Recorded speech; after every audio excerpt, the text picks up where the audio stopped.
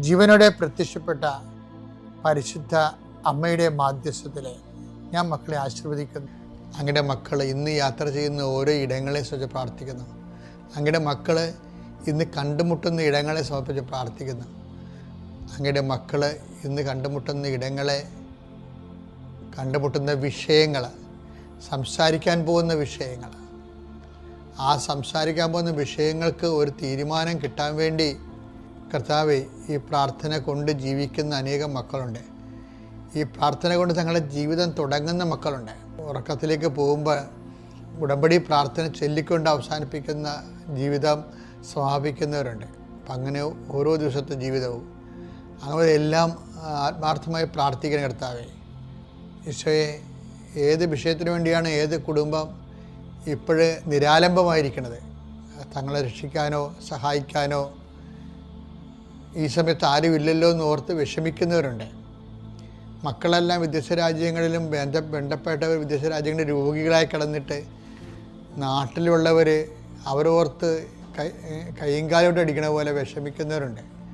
അവരെയെല്ലാം അമ്മേ, സഞ്ചാരി മാതാവേ, സമയത്തിൻ്റെ അധികാരി, ഈ ഒറ്റ പ്രാർത്ഥന കൊണ്ട് ഞങ്ങളുടെ കൺമുൻപിൽ നിന്ന് മറഞ്ഞ് അന്യരാജ്യങ്ങളിൽ വേദനപ്പെടുന്ന ഞങ്ങളുടെ ബന്ധുക്കളെ നീ സ്പർശിക്കണം. കൂട്ടുകാരെ, ഞങ്ങളുടെ പ്രാർത്ഥന ആവശ്യപ്പെട്ടുള്ളവരെ നീ സ്പർശിക്കണം.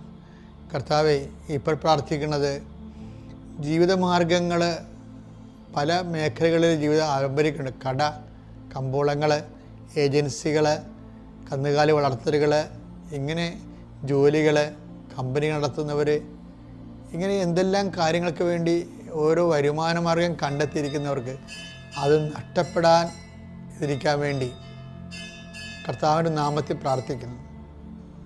കർത്താവെ, നിൻ്റെ നാമത്തെ മഹത്വപ്പെടുത്തണമേ. കർത്താവെ, സഭയിലുള്ള സാന്നിധ്യം പ്രകടമാക്കണമേ.